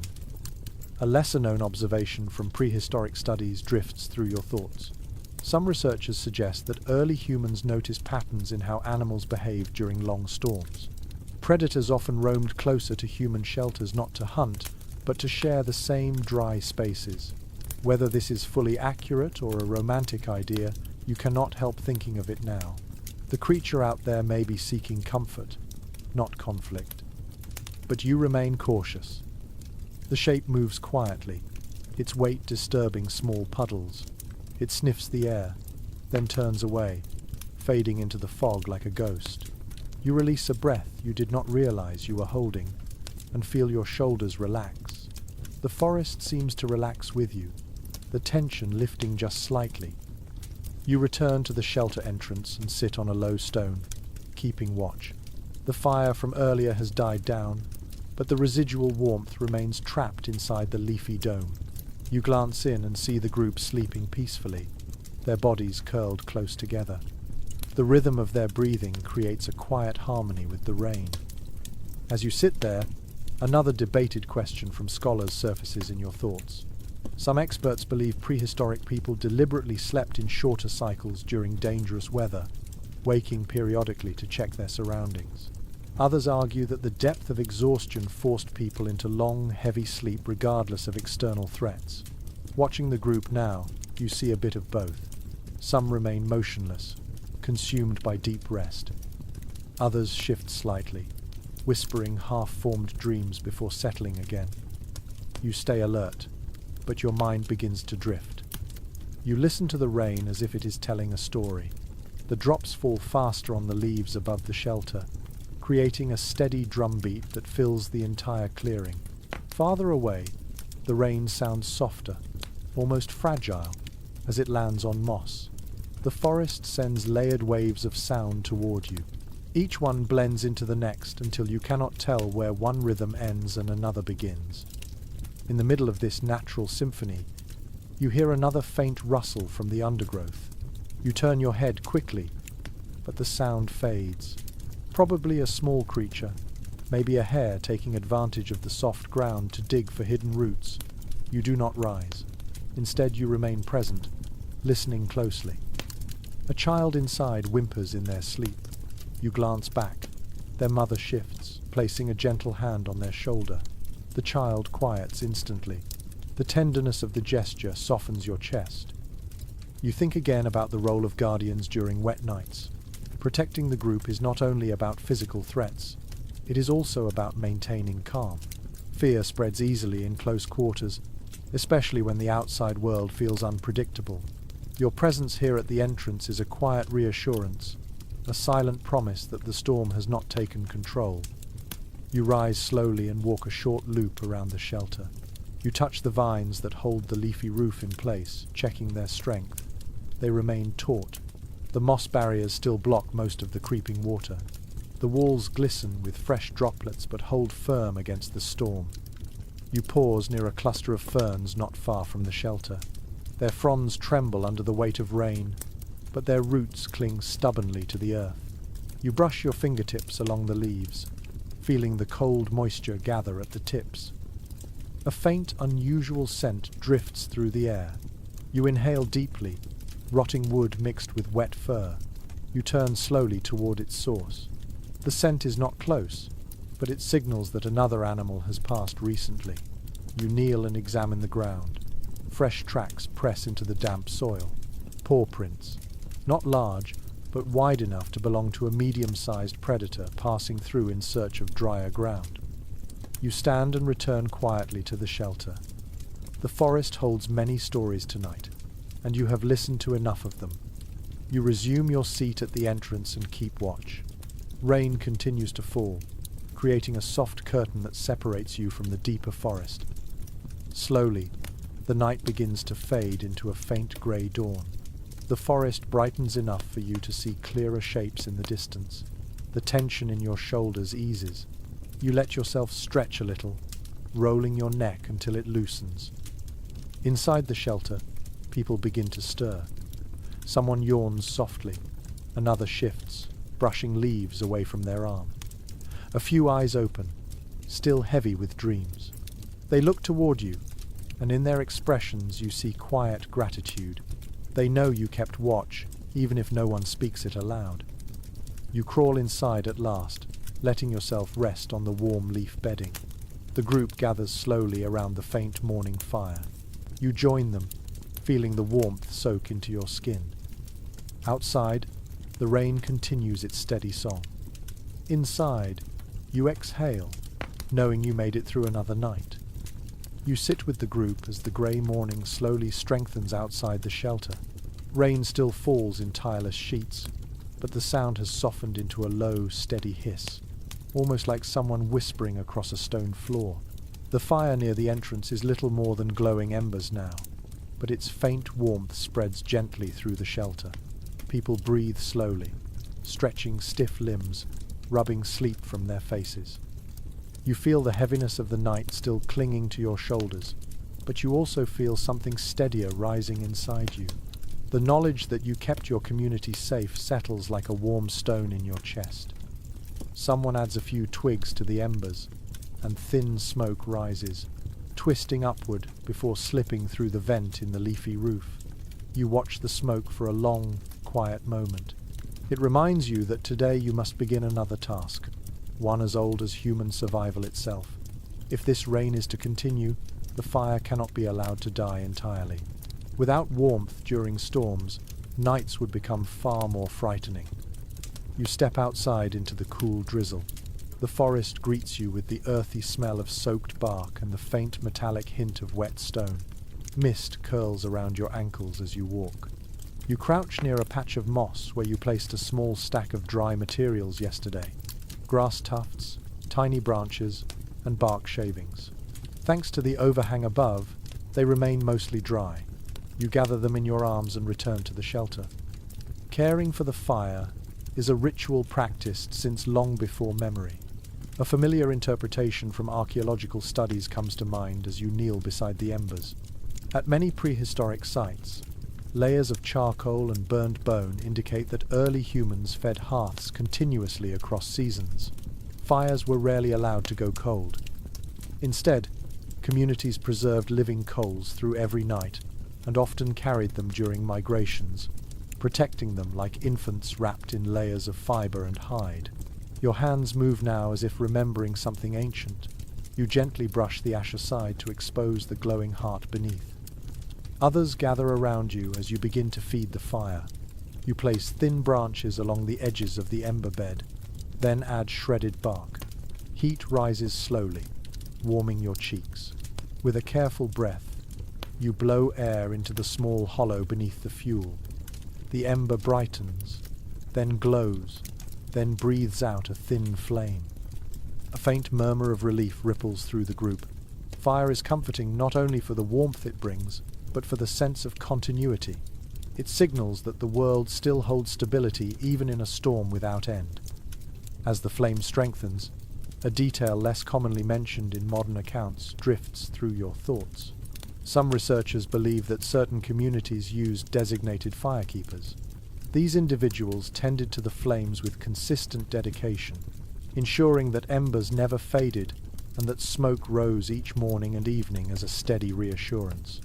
The practice may have carried symbolic meaning, but it could simply have been practical. Watching how your group gathers now, you sense both possibilities. Heat keeps the body alive, ritual keeps the mind steady. The fire crackles softly, its glow pulsing against the walls of the shelter. You sit beside it, letting warmth seep into your hands. Rain continues to slide along the shelter's leafy roof, each drop landing with a soft thud or a whispering brush. The sound wraps around the group, creating a quiet atmosphere that encourages reflection. After a few minutes, you rise and head into the forest in search of more firewood. The earth squishes beneath your feet with each step, releasing pockets of muddy water that splash against your ankles. You make your way toward a fallen tree you noticed the day before. Its trunk is massive, coated in moss and lichen, but certain sections are sheltered by the curved roots. You kneel and peer into the hollow beneath the roots. Inside, you find sticks that are still relatively dry. You gather them eagerly. The forest feels strangely gentle this morning. The rain patters softly through the canopy, and the undergrowth sways in slow movements. You inhale deeply, letting the cool air settle into your lungs. As you pick up each branch, you shake off the excess moisture and stack the wood into a tight bundle. The weight grows steadily, pulling your shoulders downward, but the task feels grounding. You carry the bundle back to the shelter and lay it beside the fire pit. The group continues their quiet morning activities. Some adjust the bedding. Others share leftover roots and berries, passing them around the circle. The crackling fire casts warm light across their faces. You kneel and add a thicker piece of wood to the flames. It catches slowly, the fire nibbling at the edges before settling into a steady burn. You watch closely, ensuring it does not smother the smaller flames. Maintaining balance between fuel, airflow, and heat is an art that has been practiced for tens of thousands of years. You can almost imagine the hands of your ancestors guiding your own. A child approaches and sits beside you, watching the fire with wide eyes. You smile softly and gesture toward the glowing coals. Children often learn these skills early, not through words but by observing. You pick up a slender branch and place it gently into the flames, demonstrating patience. The fire responds with a soft curl of orange light. The child nods, a quiet understanding forming in their expression. As the morning passes, you begin to notice how the rhythm of tending the fire shapes the mood of the shelter. Warmth spreads more evenly. People relax more deeply. Even the sound of the rain seems quieter from within the circle of flickering light. Fire does not just warm the skin, it calms the mind. You feel your own thoughts settle as you watch the flames sway. A long-standing discussion among researchers returns to you as you gaze into the fire. Some specialists suggest that nighttime hearth-tending may have been one of the earliest forms of shared meditation. The simple act of watching flames flicker, adjusting wood at the right moments, and listening to the subtle crackles could ease anxiety and slow breathing. Whether intentional or not, the effect is undeniable. Sitting here, you feel the fire's rhythm blend with your heartbeat. You lean back on your hands and let the warmth gather across your face. Eventually you rise again and step outside. The rain has lightened to a thin veil, creating shimmering ripples on the puddles scattered across the clearing. Thin streams of runoff trickle through the earth like tiny silver snakes. You follow one stream to a small dip near the base of a tree. The water flows steadily, shaping a tiny channel as it moves downslope. You kneel and scoop soil from the wetter side, creating a shallow trench to redirect the water away from the shelter. You do not speak as you work. The forest's sounds speak for you. The hiss of rain, the splash of runoff, the distant creak of swaying branches. These sounds are companions, keeping you grounded in the present. When you return to the shelter, the fire burns stronger than before. People are gathered around it again, their hands extended toward the glow. You sit among them and allow the heat to soothe your cold fingers. Someone places a warm stone near your foot. You smile and thank them softly. Fire has a way of gathering people. It encourages closeness, story sharing, and silent understanding. Even without words, there is a sense of unity. As the flames dance higher, you feel the weight of the storm lift slightly from your shoulders. You know the rain will continue, perhaps for days. But this small glowing hearth will stay alive, because you keep it alive. The group's safety depends on that shared effort. You close your eyes, listening to the fire and the rain. Both sounds blend into a single rhythm. Inside the shelter, surrounded by flickering warmth, you feel calm again. You remain by the fire for a while longer, letting its warmth settle into your chest before standing to stretch your legs. Outside the shelter, the storm feels heavier again. Rain thickens into long streaks that fall with weight, striking leaves and branches in steady rhythms. You step out into the clearing and tilt your head slightly, letting cool droplets wash across your forehead. The forest hums with life shaped by water. Every scent, every movement, every distant sound is soaked in rain. You walk a little farther, following the soft, downward slope behind the shelter. The ground becomes slick beneath your feet, and you test each step carefully. The air grows cooler as you descend, and soon you hear the unmistakable rush of rising water, a deep, rolling sound. It vibrates through the soles of your feet before it reaches your ears. You push aside a curtain of wet leaves and see the nearby river swollen beyond its usual size. The water moves faster than you have seen in days, churning and twisting as it carves its path through the forest. Muddy waves slap against the banks. White foam clings to crooked roots jutting from the edge. The river is no longer peaceful. It is restless, powerful, unpredictable. You crouch near the bank, keeping a safe distance. The air around the river feels colder, infused with the sharp scent of churned earth. Raindrops disappear instantly into the rushing water, swallowed without a trace. The surface swells and sinks again, pulsing like a living creature. A widely accepted archaeological observation surfaces in your thoughts as you watch the river rise. Many ancient settlements were established near water sources for food, travel, and everyday tasks. Yet excavations also reveal signs of seasonal displacement. When rivers swelled, communities often relocated to higher ground until the floodwaters retreated. The unpredictability of water shaped entire patterns of movement. You feel that truth deeply now. The storm has been long, the river is responding, and your group must adapt. You stand and follow the bank upstream. Rain-soaked branches brush your shoulders as you walk. Each step sends ripples across the thin pools forming on the forest floor. The further you go, the louder the river becomes, until you reach a point where a fallen tree has created a natural dam. Water crashes against it, spraying upward in glistening arcs. The current pulls at the roots and debris caught beneath the trunk. You watch closely and realize that if the water rises much more, the tree may shift or break apart. A peculiar but intriguing fragment of ancient lore enters your mind. Some early groups may have believed rising rivers carried messages from distant ancestors. Floods were sometimes interpreted as warnings to move camp or strengthen shelters. While there is no definitive proof of this belief, the idea lingers in your thoughts. Perhaps ancient people used such interpretations to help make sense of unpredictable forces. You step back from the fallen tree, feeling the vibration of rushing water in your chest. The river's voice is clear. Your group cannot sleep too close to this side of the clearing tonight. You turn and retrace your steps. Water flows across the ground in thin streams that snake toward the river, carrying small leaves along with them. You listen for other sounds as you walk. Thunder rumbles far off, distant but present. The storm has not finished with you yet. As you near the shelter again, you spot a few members of the group waiting by the entrance. Concern is etched into their expressions. They have noticed the rising water too.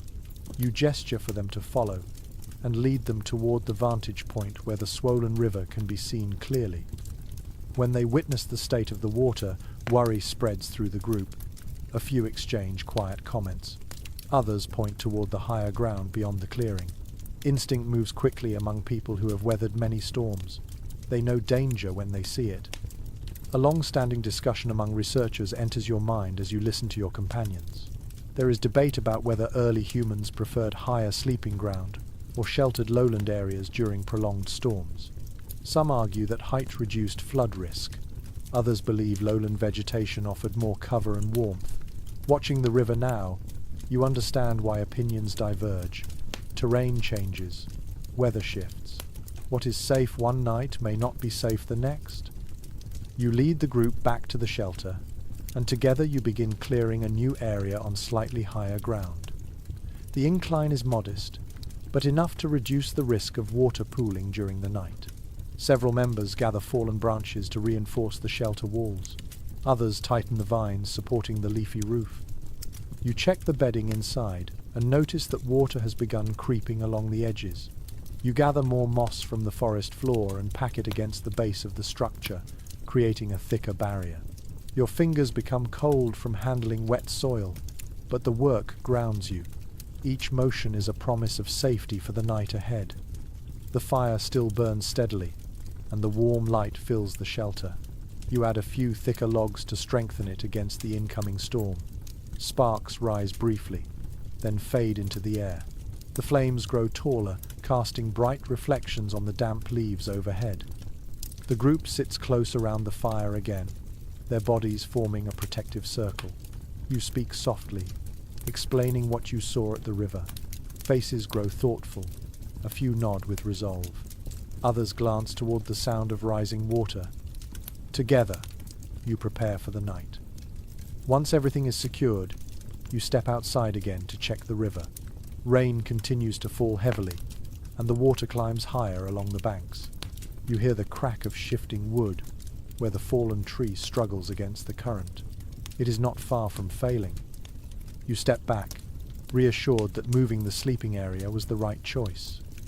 The forest darkens as afternoon turns to evening. Lightning flashes behind the clouds, turning the wet leaves silver for a heartbeat, before plunging the world back into grey shadow. The sound of thunder follows several moments later, low and rolling. You stand beneath a broad canopy of branches, letting the rain wash down your arms. In the distance, the river churns with relentless energy. But here, in the shelter you built, your group will sleep above the rising water, warmed by fire, protected by careful preparation. You return inside and settle onto the leaf bedding. The fire crackles softly. The shelter hums with rain. The group breathes together in the dim, flickering light. You close your eyes, feeling the storm outside but no longer fearing it. You drift slowly into rest, knowing the river can roar as loudly as it wants. You are ready for it. You open your eyes to the faintest glow of grey light filtering through the seams of the shelter. The rain has not stopped. It never stops. It taps steadily above your head like an endless line of fingers drumming on stretched hide. But something is different this morning. The air feels cooler, heavier, and carries a stronger scent of stone. When you breathe in, you taste minerals on your tongue, almost metallic, like the earth itself has melted into the rainfall. You stretch your limbs and push yourself upright. A few people nearby stir but do not fully wake. The fire has burned low, leaving a soft, ruddy glow that pulses beneath a thin shell of ash. You feed it a handful of small twigs, watching faint sparks rise and fade, like fireflies lost in a storm. Then you crawl out of the shelter, brushing wet leaves from your shoulders. Outside, the world greets you with silence, broken only by rain. The clearing is dim, veiled in mist so thick it feels like a second skin. You inhale deeply again. The smell of wet stone dominates everything. Clean, cool, ancient. Water dripping from rock always carries its own voice, a sharper tone than rain hitting leaves. Today, that voice is everywhere. You step forward, drawn toward the cliffs that loom behind the shelter. Each raindrop that falls from their surface seems to echo faintly, creating a delicate chime that carries through the mist. You follow the sound until you reach the base of the cliff, placing your palm against the cold stone. Water runs down your fingers in thin, transparent ribbons. The stone feels smoother today, polished by countless hours of rainfall. You close your eyes and listen to the drops hitting the rock face. The sound is rhythmic, precise, and strangely calming. You imagine ancient humans before you discovering the same serenity in the slow, patient dripping of water on stone. A widely supported archaeological interpretation rises in your thoughts as you stand there. Many cave sites show evidence that early humans often rested near entrances rather than deep inside, partly because the dripping water produced steady sounds that masked sudden noises from wind or animals. These soft, repetitive tones may have helped people relax enough to fall asleep in harsh conditions. You run your fingers along the stone again, sensing this ancient logic. Nearby, a shallow pool has formed beneath a groove in the cliff where water collects and falls in a steady trickle. The surface shivers each time a drop lands. You crouch beside the pool and trail your fingertips through it. The water is cold, clear, and smooth, like liquid glass. Your reflection wavers in the ripples until it dissolves completely. You remain there for a moment, letting the slow music of dripping water fill your awareness. Each sound is delicate, but together, the drops form a steady lullaby that seeps into your thoughts. As you touch the stone again, a lesser-known interpretation comes to mind. Some researchers have suggested that dripping water inside caves may have influenced the rhythm of early music or early rituals.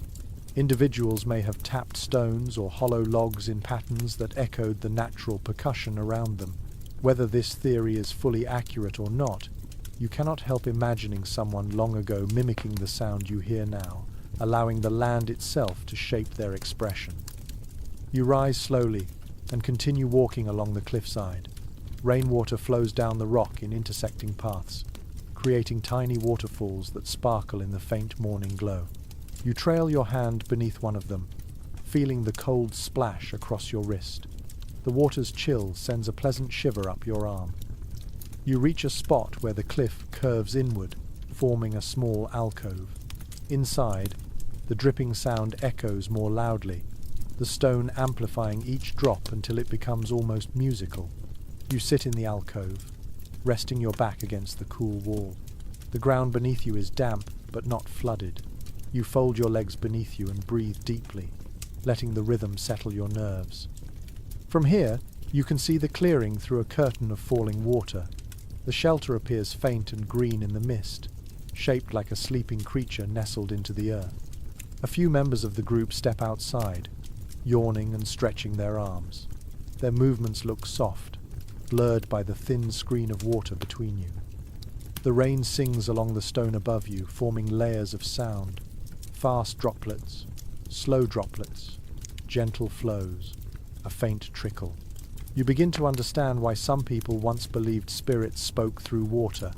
The cliffs feel alive, watching, whispering. Your mind drifts into another ongoing research discussion. Specialists still question whether early humans interpreted the smell of wet stone as a sign of approaching weather shifts. Some believe people used this scent to anticipate storms or understand when caves were too damp to sleep in. The sharp mineral aroma could have been a subtle warning. You smell it now, strong and persistent. It is both a comfort and a reminder that you must stay alert. You push yourself away from the alcove and walk back toward the clearing. The ground squelches beneath your feet, and the cold mud sticks to your ankles like thick paint. Mist swirls around your legs. You pause to watch droplets drip from a high stone ledge, landing one by one on a mossy patch below. The rhythm is slow, hypnotic. When you arrive at the shelter again, several group members have gathered near the fire pit. Someone is feeding the flames with thin branches, coaxing the fire back to life. The flames catch slowly, reflecting warm gold against the damp walls of the shelter. You kneel beside them, warming your hands. A child approaches you, curious about where you went. You point toward the cliffs and mimic the motion of water dripping. The child listens, his head tilted slightly. Then he smiles, imitating the sound softly with his tongue. The gentle repetition makes you laugh quietly. You rise and bring the child closer to the cliffs, guiding him to feel the smooth stone and hear the delicate rhythm. His eyes widen at the sound. Soon others join you, one by one drawn by curiosity. You show them the alcove and the shimmering curtain of water. They sit beside you, listening in wordless peace. The sound becomes a shared moment of calm. People lean against the stone, close their eyes, and breathe with the rhythm. For a few minutes, the storm outside feels like a companion rather than a threat. Eventually, you guide everyone back to the shelter. The fire burns strongly now, filling the space with a warm glow. Steam rises from damp hides as they dry near the heat. You sit down beside the fire, your head still filled with the gentle memory of water hitting stone. You lie back on the fresh bedding, letting the muffled dripping from the cliffs echo in your mind. Your breathing slows, your eyes grow heavy.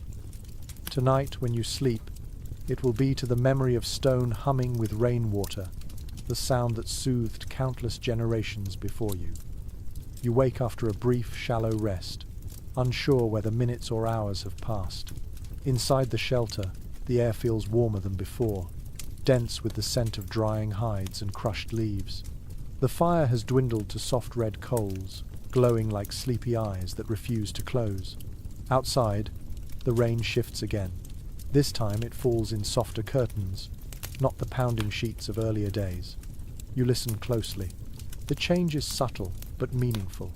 Each shift in rainfall tells a different story. You rise quietly, stepping over the still sleeping bodies curled around the bedding. As you crawl out of the leafy dome, cool air brushes your arms, carrying moisture that settles on your skin like invisible mist. The forest greets you with its constant breath. You inhale, and the air tastes clean, fresh, almost sweet with the scent of new rain striking old leaves. You close your eyes and simply listen. The storm has many voices, but today it speaks in patterns. Thin streams of water drip from branch to branch with a delicate rhythm. Soft hissing comes from areas where rain filters through thick vegetation. Somewhere deeper in the forest, you hear the heavier splash of drops landing on wide fern leaves. There is structure in the noise, a sequence that repeats and shifts like a living song. You step farther into the clearing, letting your bare feet sink into cool mud. The ground feels softer than before, shaped by hours of water sliding over it.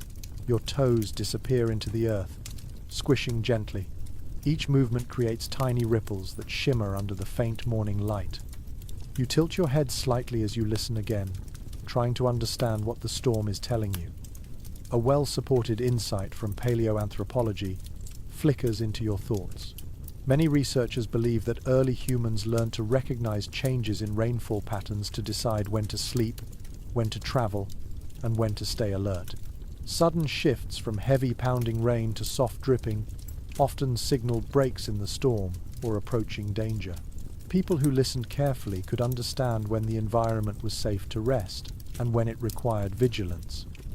You take another breath and let the rhythm settle deep inside your mind. A few group members begin to crawl from the shelter behind you, drawn out by the changing sound. They stretch their arms upward, shaking droplets from their hair, blinking sleep from their eyes. Their movements are slow and gentle, as if the rain's softened tempo is guiding them. You walk a short distance into the trees, testing each step carefully so the mud does not pull too strongly at your heels. The forest is wrapped in thick mist that drifts like smoke between the trunks. Shapes blur and merge. The world has shrunk into a small cocoon of grey and green.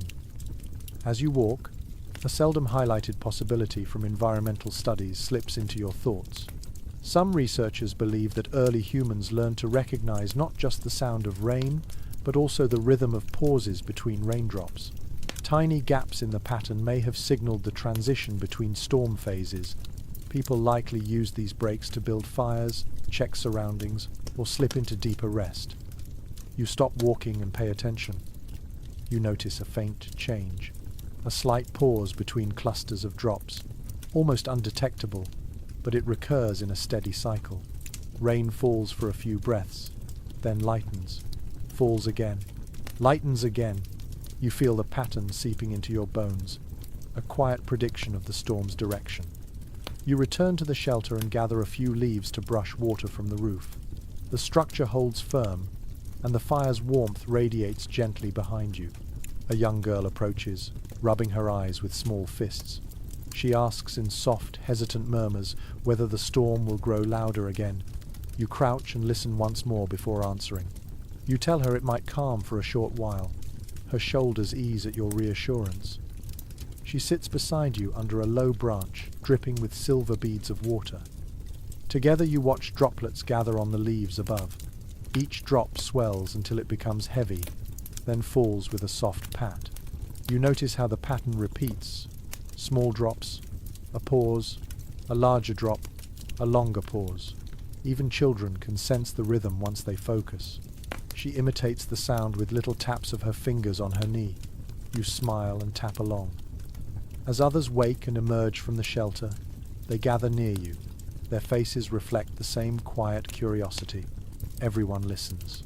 Rain becomes a teacher, a guide. You decide to walk deeper into the forest to confirm what the rhythm might be predicting. A few others follow. You move together in silence. Water drips from ferns. Branches bow low under the weight of water.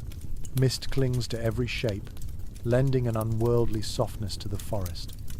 Eventually you reach a small ravine where water falls from the rocks in slow, deliberate streams. The sound differs from the rain, deeper, more resonant. You crouch and touch the surface of a small pool forming at the bottom.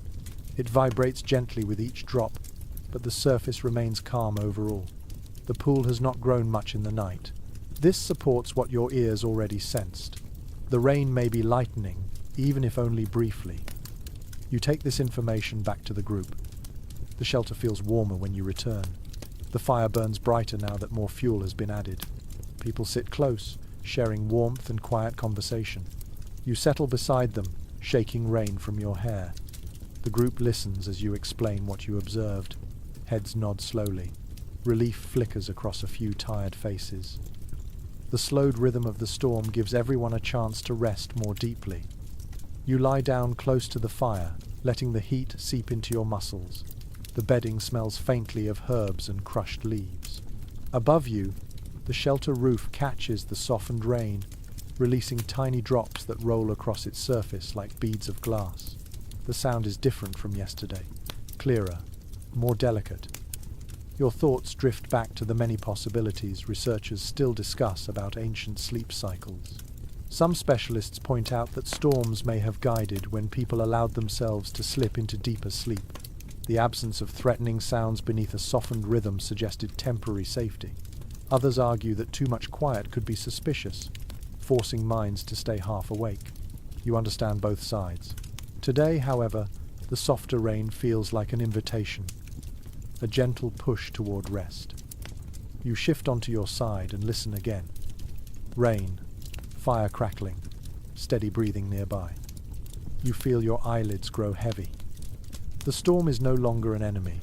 It has become a lullaby, composed of countless subtle rhythms that tell you when to stay watchful and when to let go. You let out a slow breath, sink into the bedding, and allow the softened rain to guide you into brief but peaceful sleep. You wake hours later to the faint flash of light flickering beyond your closed eyelids. It is not firelight. It is too cool, too pale. When you open your eyes, the shelter is dim, but you can see thin lines of brightness slipping through the seams in the leafy roof. Lightning, silent for the moment, but unmistakable. You sit up slowly, careful not to disturb the sleepers curled around you. Rain still falls, but now the drops seem lighter, finer, almost silvery when the sky flashes. You crawl toward the entrance of the shelter and step outside, letting the cool air wash across your face. The forest feels larger and quieter than before, as if everything is holding its breath. Mist drifts lazily between the trees, and each flash of lightning turns the fog into a pale, glowing veil. You walk a few steps into the clearing, bare feet sinking gently into the soft ground. Rain slicks your skin, but you barely feel the cold. Your eyes lift toward the sky. The clouds shift in long rolling shapes, glowing faintly from within each time lightning blooms behind them. You count the seconds, waiting for thunder, but none comes. Silent lightning, just flashes of distant storms traveling across the horizon. A well-known interpretation from ancient climate studies drifts into your thoughts as you watch the sky. Many early humans lived in regions where silent lightning storms were common, especially during transitions between seasons. These storms often signaled heavy rain or shifts in temperature. People likely learned to read these distant flashes as signs of what the next few days might bring. You sense that truth now as you study the sky. A soft footstep behind you causes you to glance back. One of the older hunters has joined you. His hair hangs in wet strands, and his eyes reflect the flickering sky. He asks quietly whether the lightning is moving closer. You listen carefully, waiting for thunder again. Still nothing. You shake your head. Not yet. The hunter stands beside you, arms crossed against the cool air. You both watch the distant glow spreading across the clouds. The flashes appear in soft waves, illuminating the silhouette of bare branches and soaked leaves. The forest transforms for a heartbeat each time the sky brightens, turning into a pale, dreamlike world. A lesser-known observation from prehistoric art studies enters your thoughts. Some carved stones show zigzag patterns believed by a few researchers to represent lightning. Whether these marks recorded fear, fascination, or simple observation is uncertain, but it is difficult to imagine early humans ignoring something so striking. The sky becomes a performance during storms, a shifting canvas of white and grey. The hunter murmurs that lightning reminds him of great spirits moving through the clouds. You smile slightly. You have heard versions of that idea from different groups across the land. Even today, standing beneath this trembling sky, the thought does not feel unreasonable. You decide to walk farther from the shelter, curious to see how the forest behaves under this kind of storm. The hunter follows silently. Rain taps lightly on the broad leaves above you. Puddles glow pale for an instant whenever the sky flashes. You notice that the animals are quiet. No rustling, no calls, nothing but the soft hiss of falling rain. You pause near a large tree whose thick roots twist across the ground like ancient ropes. Lightning reveals their shapes in quick bursts before shadows swallow them again. The pattern repeats until you begin to anticipate it. Brightness, darkness, brightness again. The world becomes a slow blink. A conversation from environmental anthropology returns to you as you stand beneath the tree. Some scholars have argued that silent lightning may have lulled early humans into calmer states than storms accompanied by thunder. Without the explosive sound, the sky's flashes became something to watch, not fear. Others counter this idea, saying that unpredictability could create unease. Watching the sky now, you see both possibilities. The lightning is beautiful, and also unsettling. The hunter places a hand on your shoulder and points toward the far side of the clearing. A tree stands tall against the horizon, its branches arching upward like open arms. Lightning flashes behind it, outlining its silhouette in silver light. For a moment, it looks almost carved, as if sculpted by the storm itself. You continue walking until you reach a ridge overlooking a shallow valley. From here, you can see more of the horizon. Each flash spreads across the sky like a sheet of pale fire, illuminating the shifting clouds. The valley below appears briefly, then vanishes into darkness. Grass glows for a heartbeat. Water ripples shine like liquid mirrors. Then all is quiet again. You sit on a large stone, rain dripping down your arms. The hunter sits beside you. Neither of you speaks for a while. The storm is speaking enough for both of you. Another ongoing discussion among researchers floats into your thoughts.